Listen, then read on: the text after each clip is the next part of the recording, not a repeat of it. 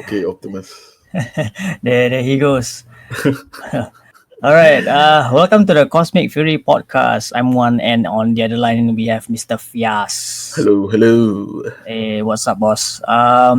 So for those guys, or anybody's listening and keep on hearing Fias like trying to clear his throat because right now he is Yes.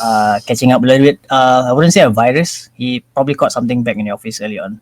Yeah. So Just having some sore throat, a little bit sore, not sore throat, but more of like itchy throat and just fever. But as long as it's not flu, so I'm okay. Yep. Anyway, welcome back, Fias. You Yes. were away. Yep. You went to Perth, right? Yeah. Went there for 5-6 days, I think. Nearly Yeah, a week. but the thing is, the only reason why I go there every year is because my dad actually has a place there. So it's Every like, year. Wow, that's nice. yeah, so it's like a holiday home. And usually I will always go there during the winter seasons, which is about in May to July, if I'm not wrong. Winter season. Oh, okay. Yeah, so because winter season there is, the weather is nice and all. So comparing to the shit weather here, It's forever hot here. yeah, it's a good like short getaway and all. But the thing is, I actually didn't want to go on this trip. The only reason why I went on this trip is of Sonam, because apparently my sis and my sister's boyfriend, they went there to watch the soccer game, the Man United game, 2 games in Perth. Oh, okay.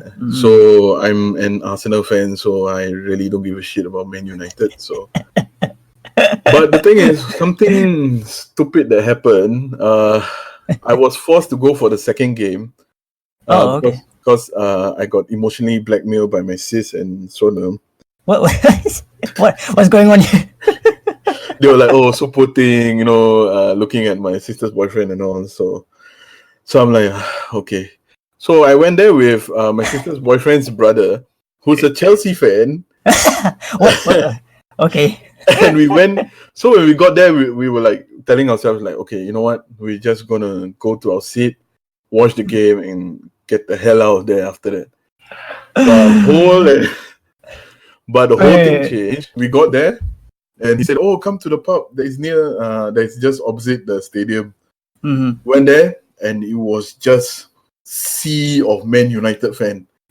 And I sat with his Man United friends, and he decides to get a little bit too tipsy and say that, "Oh, he's an Arsenal fan and he's a Chelsea fan." in amongst hundreds of United fans and all, and we got shit for it for the whole time we were there. Oh, really? Okay. So the whole soccer rivalry and all. Yeah. So, but other than that, it was cool. But I enjoyed myself. It was short break, so now back at it again.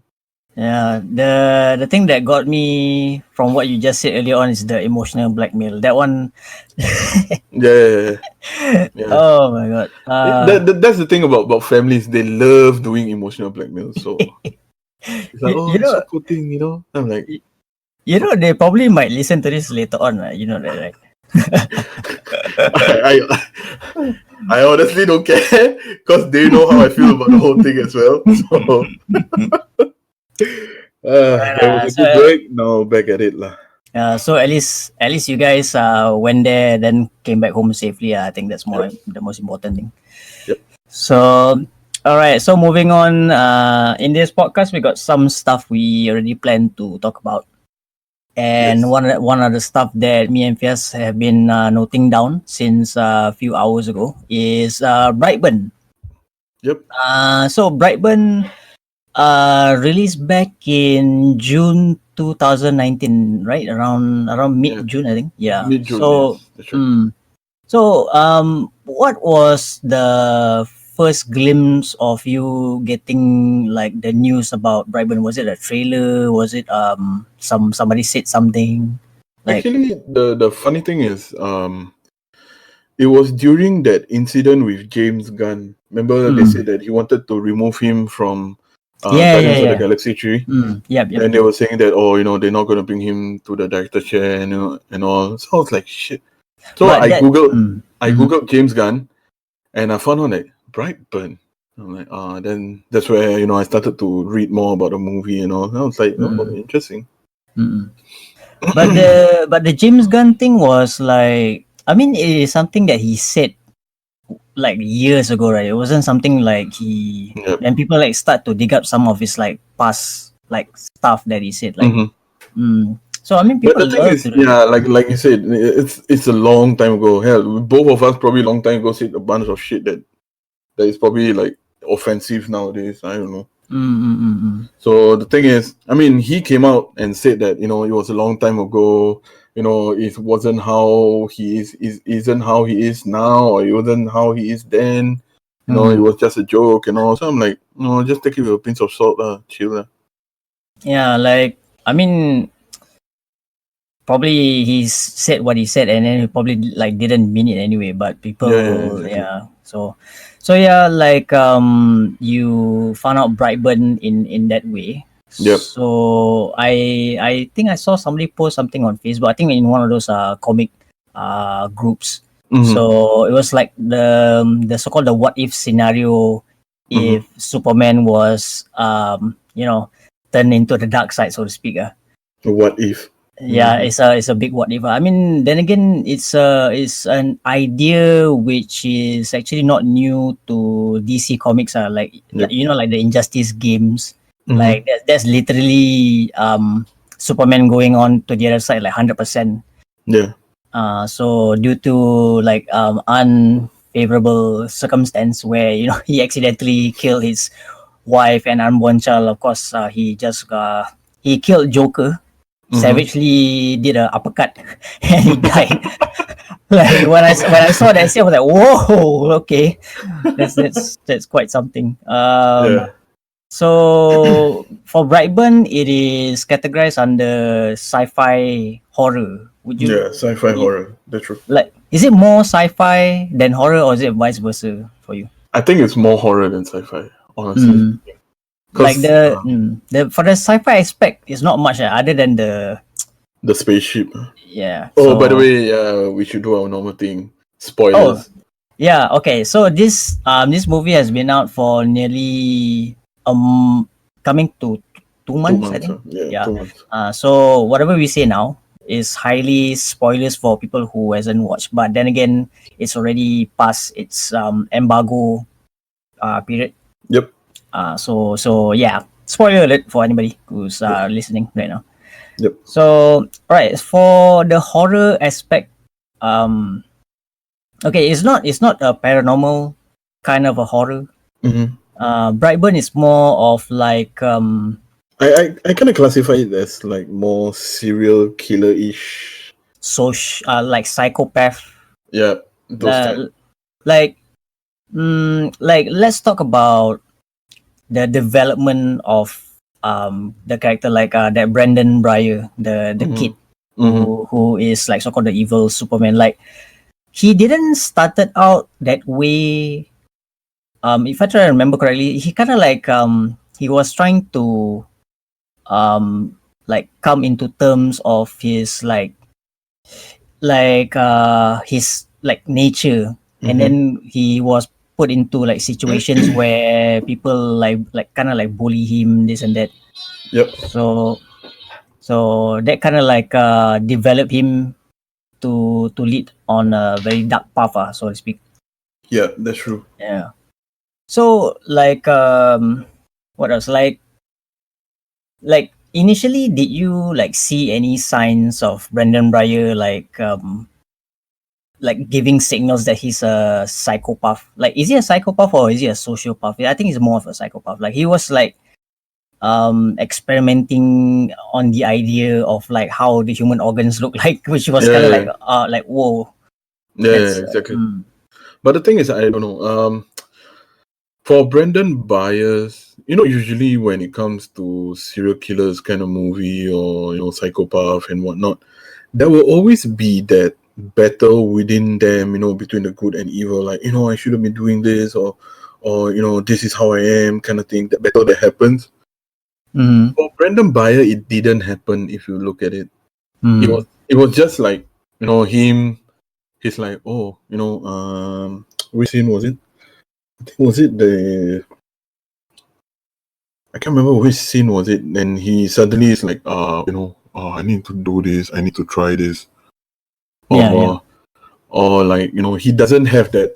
Oh, I need to do this. Like, no, I can't do this. Kind of thing. Yeah, like there was no build up towards him being full heel.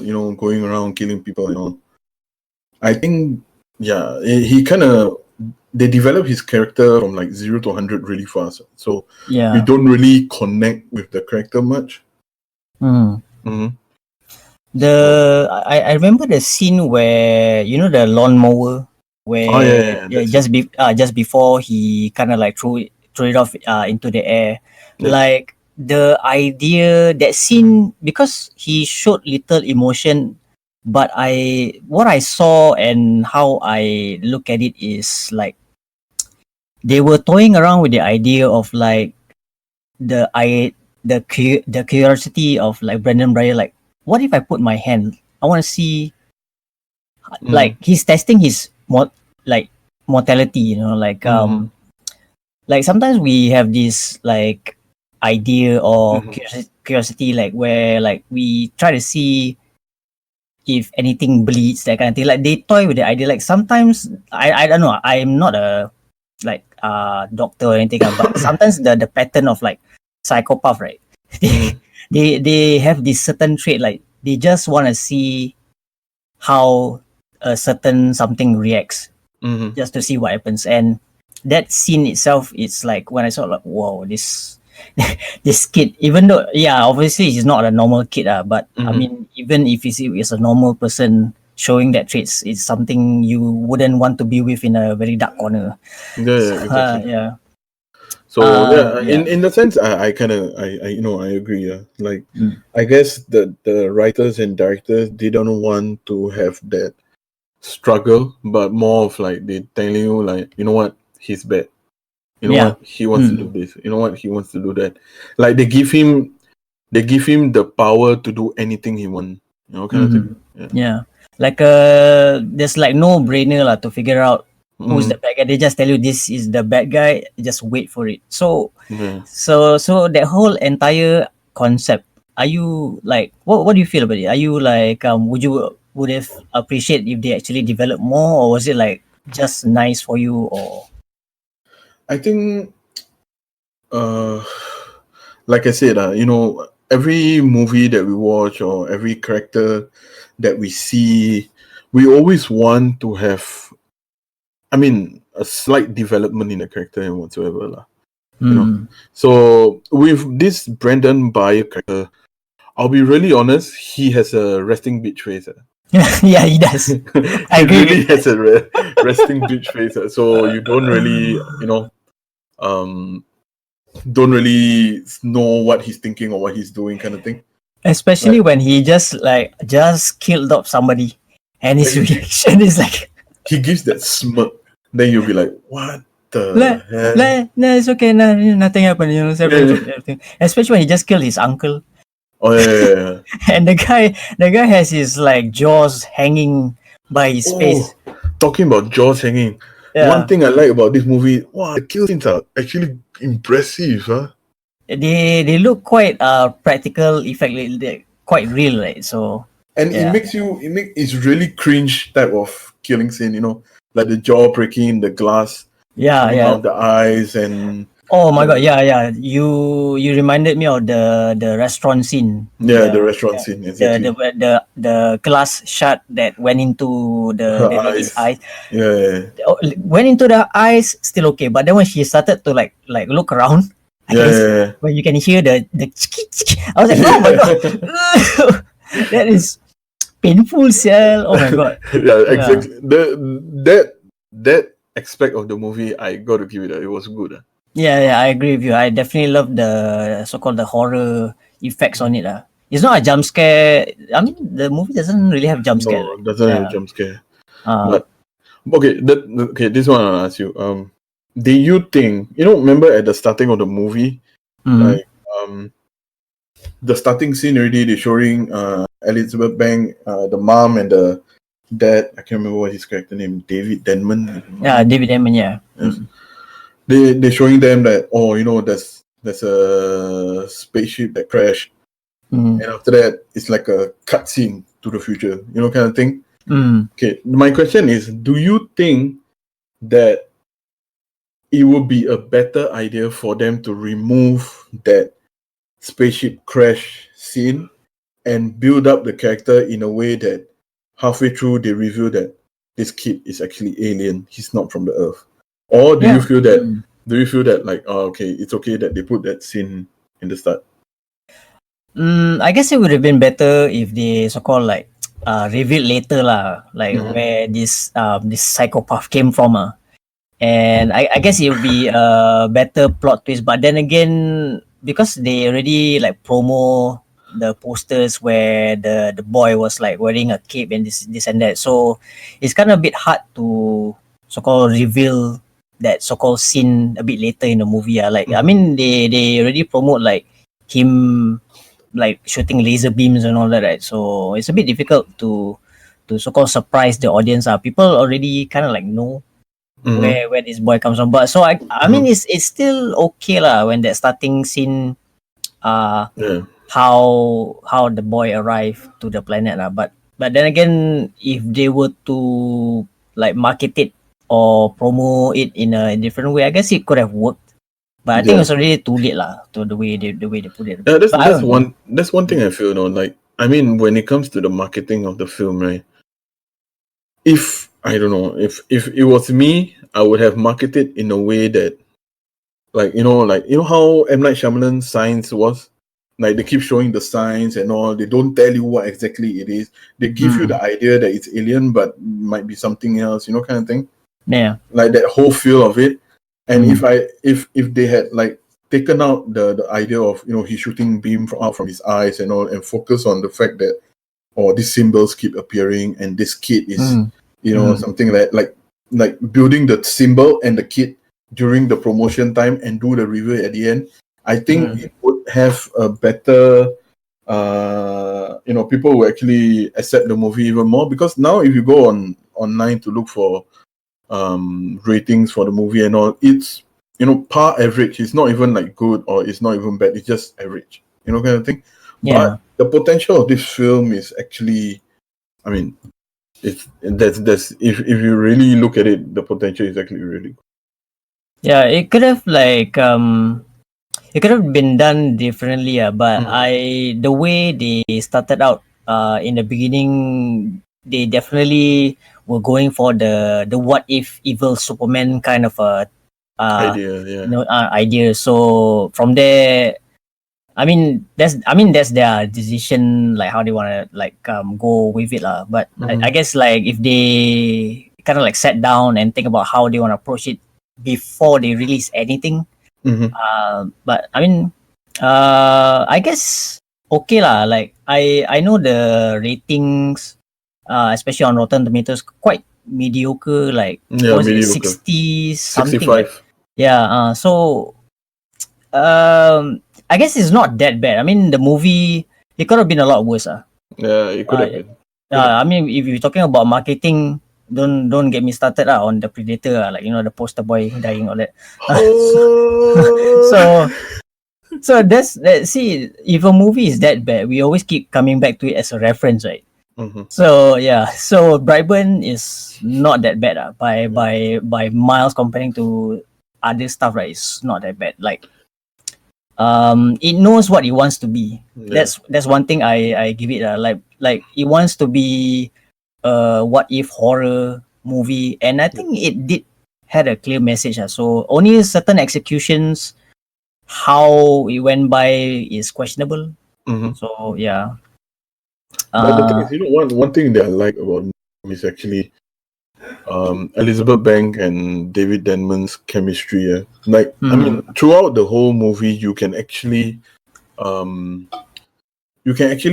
feel for them. Like, even from the time that they say that, they don't have kids and all, and when the spaceship crash landed, and throughout the whole time in the movie, you can feel like, how grateful they are to have this kid who's actually a psychopath, kind of thing.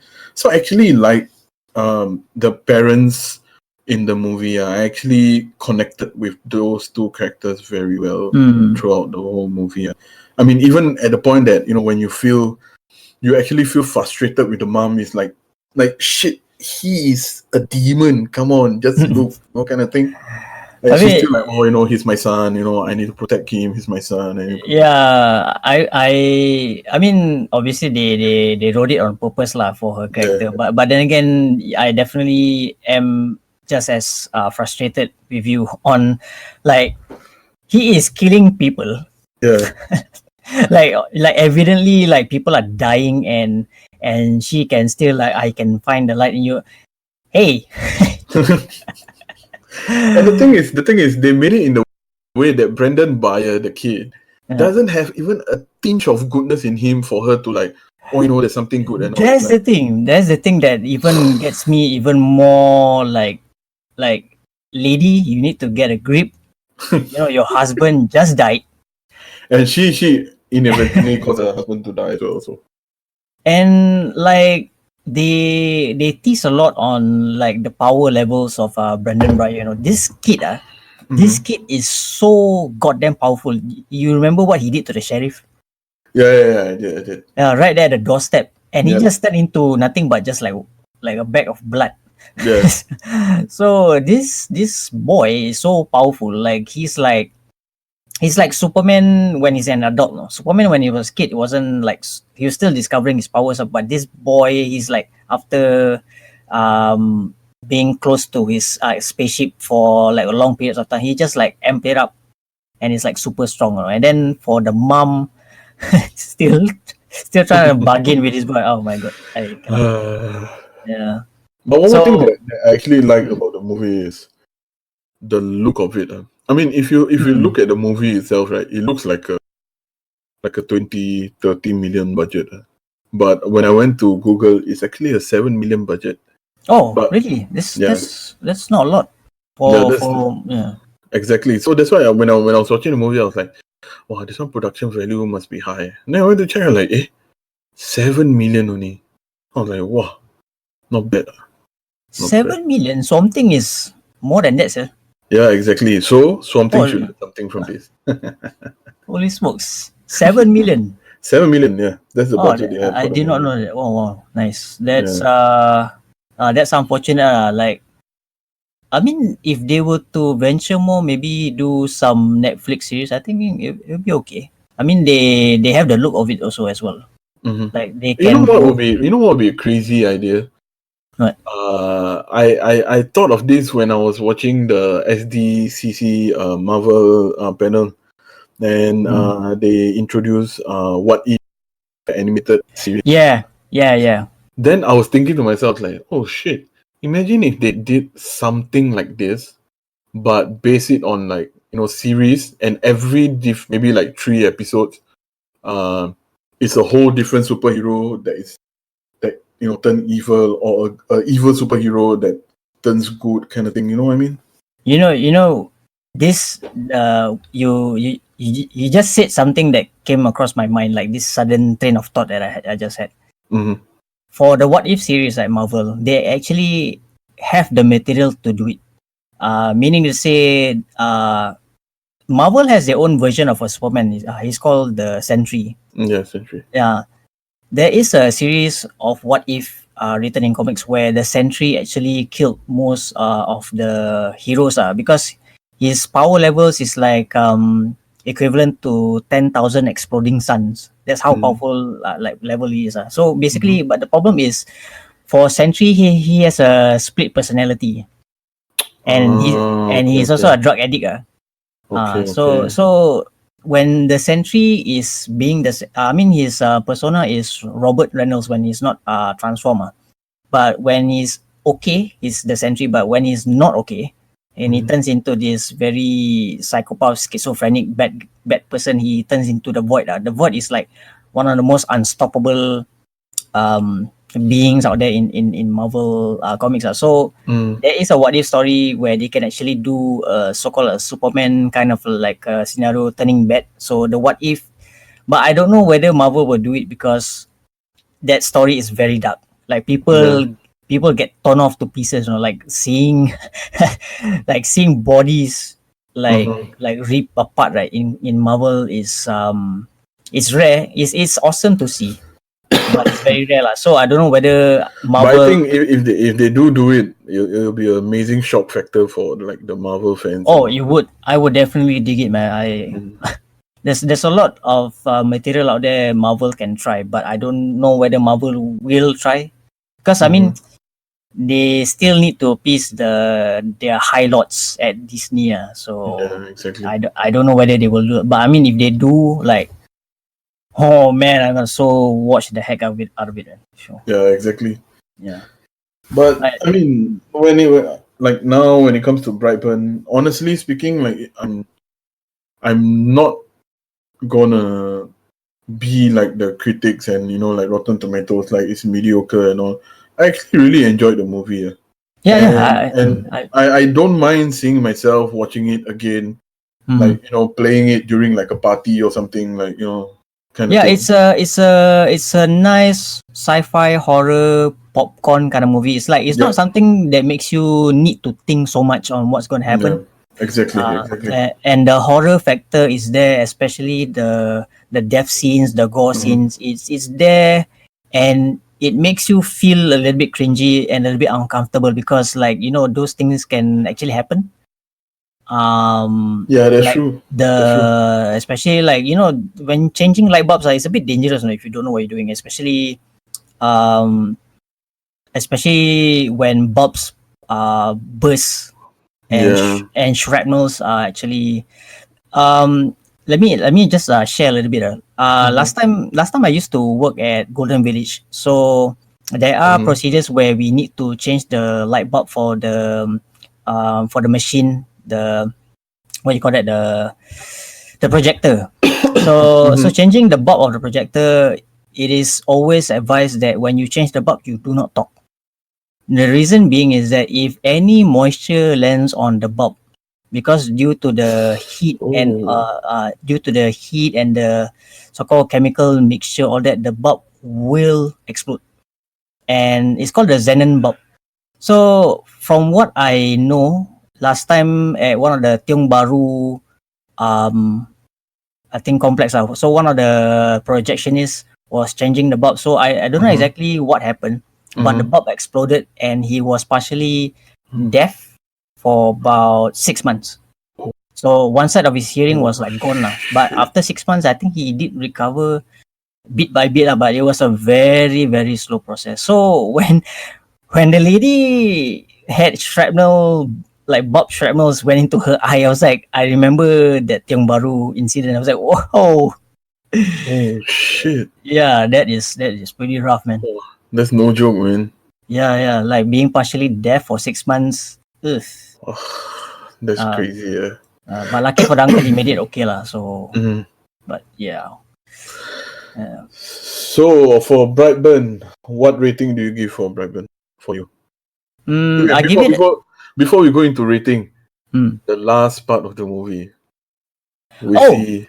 Yeah. The idea of like evil injustice. Yeah, I can roll that one. Yeah, the Aquaman and there was a Flash version also, right? Yeah, that was a Flash version as well. And was there a Wonder Woman version? Was something? I cannot remember the Wonder Woman. I think I know there was like 4 of them or something like that. And then I can't remember who was the guy playing the conspiracy theory kind of. He's the one in Guardians of the Galaxy. Shit, his name slipped my mind. He was like wake up. These things are coming. Yeah, wait, let me Google this thing. Yeah, so like a role reversal on it. Yeah, exactly. What's his name?